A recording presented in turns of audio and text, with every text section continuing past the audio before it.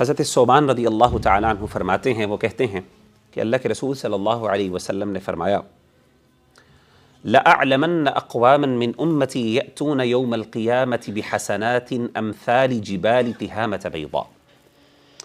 آپ نے فرمایا کہ میں ایسی قوموں کو جانتا ہوں، آپ صلی اللہ علیہ وسلم نے فرمایا ایسے لوگوں کو جانتا ہوں اپنی امت میں سے جو قیامت کے دن جب اللہ کے سامنے پیش ہوں گے تو ان کی نیکیاں تہامہ پہاڑ جتنی ہوں گی۔ ایک بہت بڑا پہاڑ تہامہ، آپ نے اس کی مثال دے کے، اس کا نام لے کے آپ نے ذکر فرمایا کہ ان کی نیکیاں اتنی زیادہ ہوں گی۔ پھر آپ نے فرمایا کہ فَيَجْعَلُهَا اللَّهُ عَزَّ وَجَلَّ هَبَاءً مَنْثُورًا۔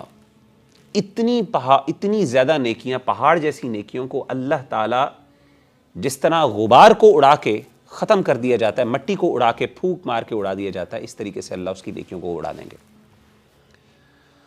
ثوبان کہتے ہیں کہ میں نے کہا یا رسول اللہ، اے اللہ کے رسول صلی اللہ علیہ وسلم، صحابہ تو بہت ڈر گئے، کیونکہ صحابہ کا مطمع نظر کیا ہوتا تھا ہمیشہ؟ آخرت۔ امیجن کریں کہ انہوں نے تو دنیا اپنی سب چھوڑ دی تھی، کس کے لیے؟ آخرت کے لیے۔ اور آپ کو پتہ ہے کہ ایک شخص اور بھی ہے جس نے اپنی آخرت چھوڑ دی، کس کے لیے؟ دنیا کے لیے۔ وہ کون ہے؟ شیطان، ابلیس۔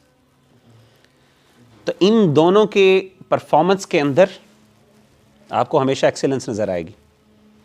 شیطان کے بھی کاموں میں ایکسیلنس ہوگی اور صحابہ کے بھی معاملات میں اور انبیاء کے بھی۔ کیوں؟ انہوں نے سب کچھ چھوڑ دیا، قربانیاں دی، اولادیں بھی چھوڑ دی، گھر چھوڑ دیے، سب کچھ چھوڑ دیا، کس کے لیے؟ آخرت کے لیے۔ They are extremely concerned about آخرت۔ یہ سب کچھ دے دیا نا، اب ان کے پاس آخرت ہی ہے، سب کچھ جب قربان کر دیا تو they are extremely sensitive about it. On the other hand شیطان جو ہے، اس نے کیا کیا؟ اس نے اپنی آخرت کنفرم چھوڑ دی، کس کے لیے؟ دنیا کے لیے۔ آپ مجھے بتائیں وہ دنیا کبھی ضائع کرنے دے گا؟ کبھی بھی نہیں۔ دس از دی اونلی اس کو پتا ہی از ڈومڈ۔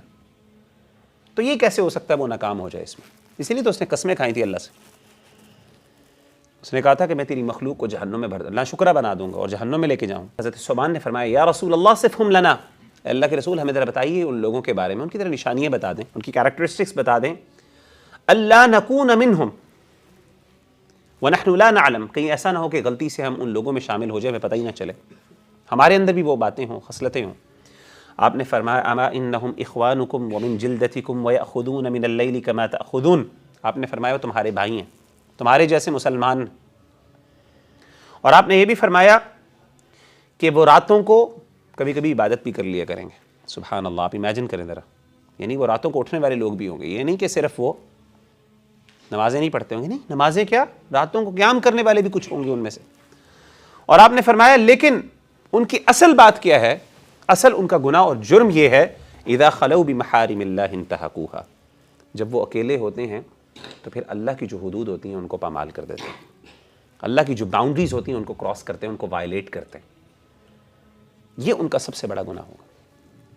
تو اللہ ان کے اس عمل کی وجہ سے ان کے جو دوسرے گناہ ہیں سب کے سب کو اڑا دیں گے اللہ۔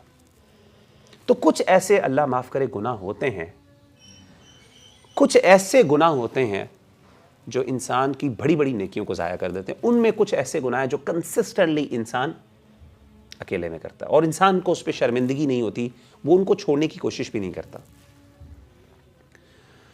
تو انسان کو ہمیشہ اپنی خلوت، اپنی آئسولیشن کے بارے میں اسپیشلی بہت زیادہ کنسرن ہونا چاہیے۔ اسی لیے نبی صلی اللہ علیہ وآلہ وسلم وصیت کیا کرتے تھے، آپ نے فرمایا اوصیک بتقوی اللہ تعالی فی سر امرک وعلانیتہ، اے میرے صحابہ میں تمہیں وصیت کرتا ہوں اس بات کی کہ تم نہ صرف اکیلے میں اللہ سے ڈرو بلکہ لوگوں کے سامنے۔ تو لوگوں کے سامنے تو انسان اللہ سے ڈر ہی جاتا ہے، لیکن اکیلے میں بھی۔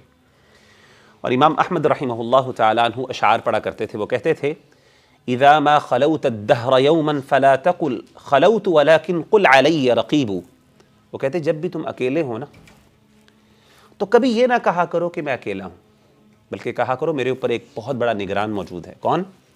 اللہ کی ذات۔ ولا تحسبن اللہ یغفل ساعة ولا اما يخفى علیہ یغیب، اور انہوں نے کہا کہ کبھی بھی یہ گمان نہ کرنا، تمہیں کہیں یہ دھوکہ نہ ہو جائے کہ اللہ تعالیٰ تمہارے عمل سے غافل ہے، بلکہ کیا ہے جو بھی تم عمل کر رہے ہو، جو تم چھپا رہے ہو اس سے، وہ سب کا سب اس سے کچھ بھی چھپا ہوا نہیں۔ تو جب جس انسان کو یہ احساس ہو جائے کہ میرا رب جو ہے وہ مجھے دیکھنے والا ہے، اور اس کو اللہ کے رقیب ہونے کا احساس ہو، سبحان اللہ، وہ کیسے خلوت کے گناہ کر سکتا ہے؟ خلوت کے جو گناہ ہیں ان کے کچھ نیگیٹو اثرات ہیں، کانسیکوینسز ہیں، وہ میں آپ کے سامنے لسٹ ڈاؤن کرنا چاہتا ہوں۔ پہلی چیز تو یہ ہے کہ جو بندہ اکیلے میں گناہ کرنے والا ہے، یہ نفاق کی نشانی ہے۔ یعنی اگر ایک بندہ کثرت سے اکیلے میں گناہ کرتا ہے، اس کا مطلب ہے کہ اس کے اندر نفاق موجود ہے، کیونکہ منافقین کی یہ علامت قرآن مجید نے ذکر کی۔ اللہ فرماتے ہیں یستخفون من الناس ولا یستخفون من اللہ وهو معهم، وہ لوگوں سے ڈرتے ہیں لیکن اللہ سے نہیں ڈرتے۔ کیا مطلب ہے؟ ان کو اس بات کا بڑا کنسرن ہوتا ہے کہ میرے ان گناہوں کا کسی اور کو نہ پتہ چل جائے، لیکن ان کو اس بات کا ذرا ڈر نہیں آتا، کبھی خوف نہیں آتا کہ میرا رب بھی مجھے دیکھنے والا ہے۔ اللہ کہتے ہیں وَهُوَ مَعَهُمْ إِذْ يُبَيِّتُونَ مَا لَا يَرْضَى مِنَ الْقَوْلِ، اللہ تعالیٰ ان کے ساتھ ہوتا ہے جب وہ خفیہ بری باتیں کر رہے ہوتے ہیں۔ انسان بھی آج ہم میں سے بہت سے لوگ دیکھیں، ہم اس دور میں رہتے ہیں، سبحان اللہ، یہ وہ دور ہے جس میں ہمارے لیے گناہ بہت آسان ہو گئے۔ آئسولیشن کے اندر انسان وہ گناہ کر سکتا ہے جو کہ ایک زمانے میں پہلے نہیں کیا جا سکتا تھا۔ اکیلے میں آپ غیبت کر سکتے ہیں، پہلے آپ کو غیبت کرنے کے لیے کم از کم 2 لوگوں کی ضرورت ہوتی تھی، ایسے ہی ہے، لیکن اب آپ کو سیل فون کی وجہ سے آپ آرام سے ہزاروں غیبتیں کر سکتے ہیں، ہزاروں لوگوں کے بارے میں، ہزاروں لوگوں کے ساتھ مل کر۔ اسی طریقے سے اللہ معاف کرے، بہت سے ایسے گناہ جو اکیلے میں ہم آج کر سکتے ہیں وہ اس زمانے میں نہیں کر سکتے تھے۔ تو شیطان نے ہمارے لیے اس دور میں گناہوں کو بہت آسان کر دیا۔